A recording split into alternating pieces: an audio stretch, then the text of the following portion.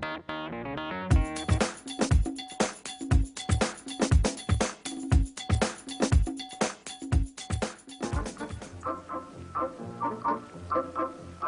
used to be that you deferred to the boss. Is it the boss is always going to have the best ideas? Not likely. Here, nimble fingers, alert minds, and tireless machines. And it used to be in most companies that chaos was discouraged. This is where the crazies live. This is where we do our work. It's different. Good morning. Good morning. Used to be you were supposed to climb the corporate ladder. Good morning. Status is who comes up with the best ideas, not who's the oldest, not who's been with the company longest, not who has that biggest title. If you go into a culture and there's a bunch of stiffs going around, I can guarantee they're not likely to invent anything. There's an interesting distinction between design and invention. Whoever came up with the idea of dental floss, for example, was an inventor. But the man or woman who put it inside that clever little plastic box that lets you tear off just the right length, that was a designer. How does the process of designing a better product work? To show you, we went to the largest and perhaps the most innovative industrial product design firm in the world and gave them the toughest problem we could think of.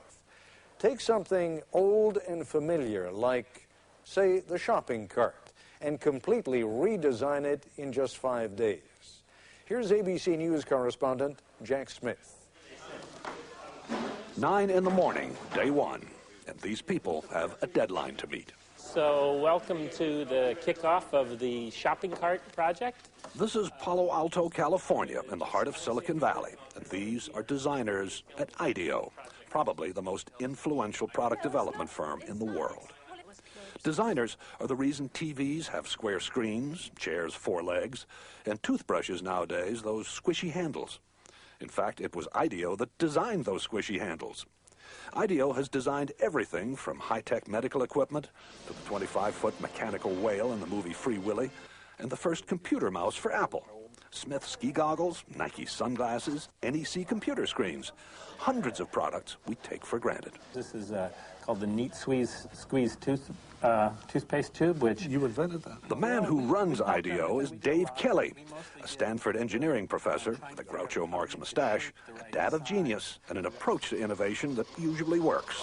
The point is that we're not actually experts at any given area. You know, we're kind of experts on the process of how you design stuff. So we don't care if you give us a toothbrush, a toothpaste tube, a tractor, a space shuttle, you know, a chair. It's all the same to us. We want to figure out how to innovate by using our process, applying it. And so for the next 5 days, the team will apply that process to bringing the supermarket shopping cart into the 21st century. I think first we should maybe all acknowledge that it's kind of insane to do an entire project in a week. Project leader is Peter Skillman, a 35-year-old Stanford engineer. Project leader because he's good with groups, not because of seniority. He's only been at IDEO for 6 years. The rest of the team is eclectic, but that's typical here. Whitney Mortimer, Harvard MBA. Peter Coughlin, linguist. Tom Kelly, Dave's brother, marketing expert. Jane Fulton-Suri, psychologist. Alex Kazaks, 26, a biology major, who's turned down medical school 3 times because he's having too much fun at IDEO. Kids climbing up and doing this. Kids do that. No. Safety emerges early as an important issue. 22,000 child injuries a year, and so they're hospitalized injuries. I mean, there are many others. Not just reported in the store. You actually have to go to the that's emergency room. hospitalized, Wow. right.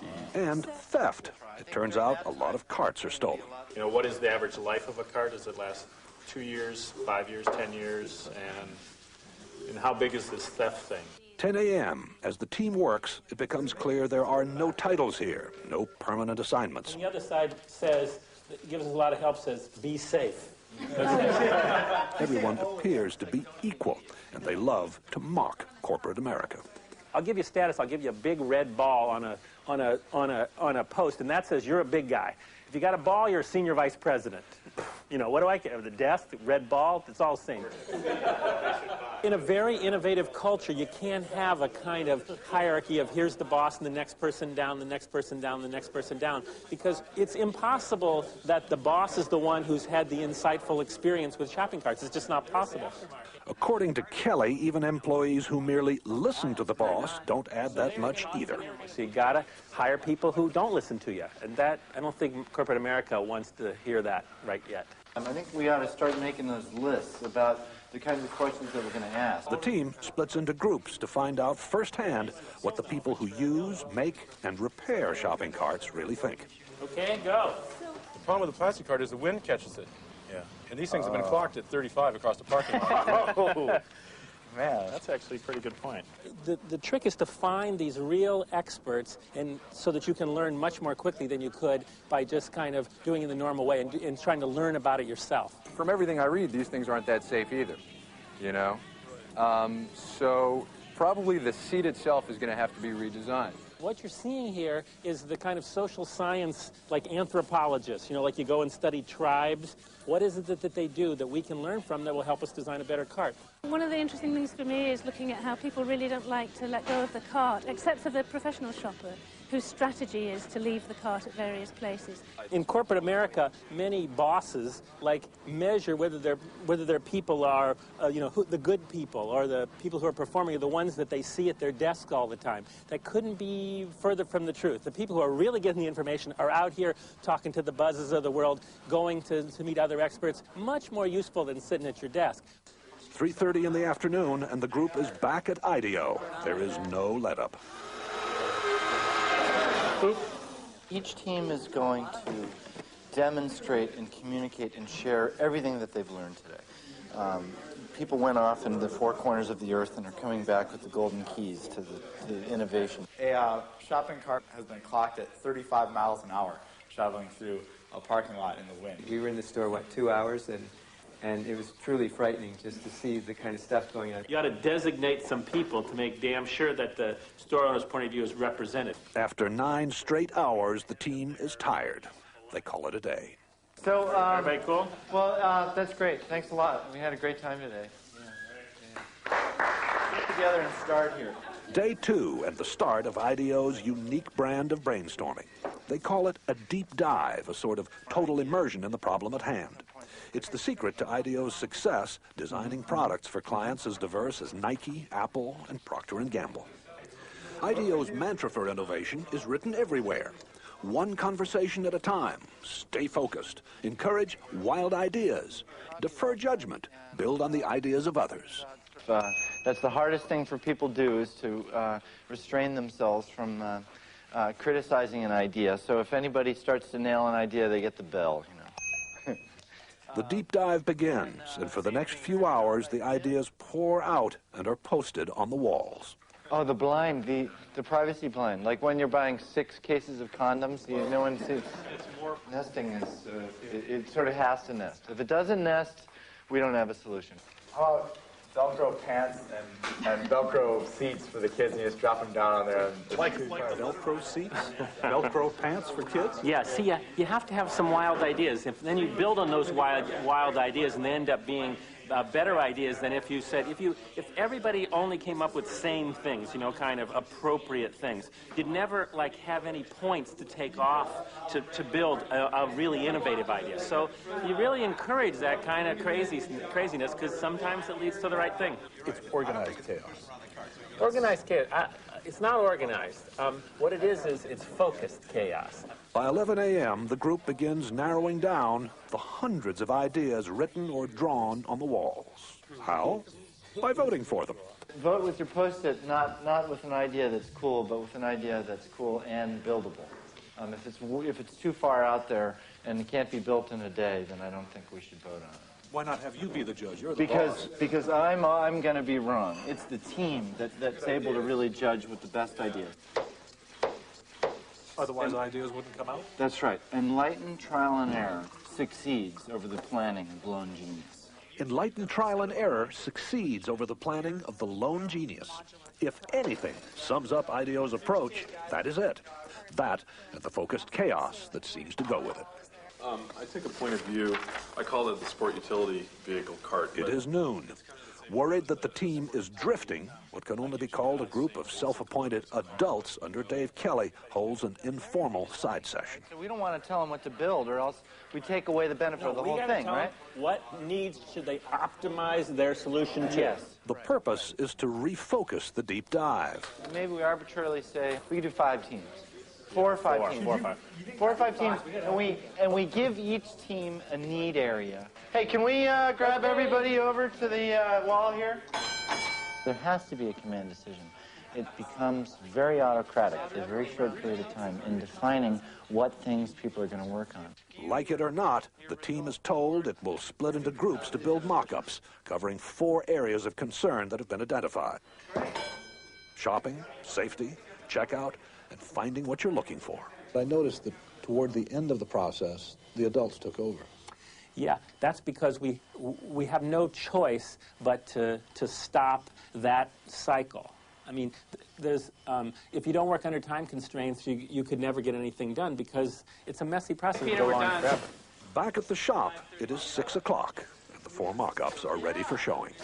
Baskets also can be, if you think you will have more volume, baskets can be put in. A modular shopping cart you pile hand baskets onto. A high-tech cart that gets you through the traffic jam at checkout. That you could mount a scanner on the shopping cart so that you, as the customer, as you pull it off the shelf, would scan each item. One that's built around child safety, and another that lets shoppers talk to the supermarket staff remotely. Yeah, where can I find a yogurt? But the adults, again, decide more work needs to be done before the mock-ups can be combined into one last prototype. Why don't we have all the carts come up here for a second? I think you take a piece of each one of these ideas and kind of back it off a little bit and then put it in the design. The design is still not there. But there's another motto at IDEO: fail often in order to succeed sooner. And some of the team will be up half the night trying to put together a design that finally does work. It is day 5, and Dave Kelly has no idea what the final cart looks like. Only the team does. If they kind of got their heads down, they don't look at me, I'm nervous. You know, if they say, wait till you see it, then I know we're in good shape. So I'm getting wait until you see it. I think that'll be good. There it is! So we took the best elements out of each prototype, designed this entire cart in a day, and then this cart was fabricated in a day with an amazing team of people in our machine shop pulling this off, working in shifts throughout the night. Wow, I'm impressed. So are we. The cart, which is designed to cost about the same as today's carts, is different in every other way. Hand baskets that stack in a metal frame, and major improvements for all. You just lift the handle up, you drop put the children in, and then you can close the handle right over them, and they instantly have some little bit of a work surface that they can play with. What do you think? Well, I'm very proud of the team. I think it's great. Does this work for you? Works for me great. It's also beautiful. I mean, let's, take it over to a local supermarket and see what they say. Yeah, it works really well. The cart's wheels turn 90 degrees so it can move sideways. No more lifting up the rear in a tight spot. And you shop in a totally different way. Rather than you go in the store, through a crowded store like this, it's much more efficient to rush around to where the and come back and put them here and treat this as like a set. With a high-tech scanner, so that in the future you skip the checkout traffic jam. Here's how you would scan an item. You reach over and pick up anything like the salad dressing, and I would scan it, and if I want to accept that item, I would just press plus and then drop it in my basket. Because stores don't yet have those high-tech scanners the team designed, checking out today means doing it the old-fashioned way. But the bags are hung on hooks on the cart's frame. Remember, there is no basket here. Why get rid of the big basket? The basket is tyranny. The basket is tyranny because it's not really needed. If all your stuff ends up in bags, why need the basket in the first place? Talk to me about theft. There's no value in this cart without the basket because you can't carry anything in it. It's useless to anybody. You can't use it as a barbecue. So it's not going to get stolen. That's right. So this ought to appeal to store owners then. Yes. I love it.